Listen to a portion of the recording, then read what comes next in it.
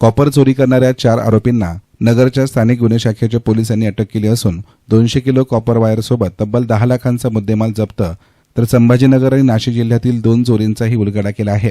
जेऊर शिवारातील आवादा सोलर प्रकल्पातून झालेल्या केबल चोरी प्रकरणाचा स्थानिक गुन्हे शाखेनं यशस्वी छडा लावत 4 सराईत आरोपींना अटक केली आहे. या कारवाईत 200 किलो कॉपर तारसोबत सुमारे 9,91,500 रुपयांचा मुद्देमाल जप्त करण्यात आला असून आणखी 2 गुन्हे उघडकीस आले आहेत. आवादा कंपनीच्या सोलर प्रकल्पातून डीसी सोलर केबल चोरीला गेल्याची तक्रार एमआयडीसी पोलीस ठाण्यामध्ये दाखल करण्यात आली होती. या प्रकरणाचा तपास करताना स्थानिक गुन्हे शाखेनं गुप्त माहितीच्या आधारे शेंडी बायपास परिसरात सापळा रचला. या कारवाईत संतोष अशोक जाधव, करण वैश्य भोसले, मनोज लिंभोरे आणि परमेश्वर वैश्य भोसले या 4 आरोपींना ताब्यात घेण्यात आलं. चौकशीमध्ये आरोपींनी गुन्ह्याची कबुली दिली.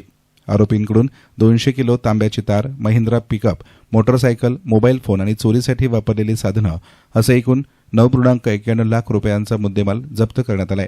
तपासादरम्यान आरोपींकडून गंगापूर, छत्रपती संभाजीनगर आणि येवला, नाशिक येथील केबल चोरीचे आणखी 2 गुन्हे उघडकीस आले आहेत.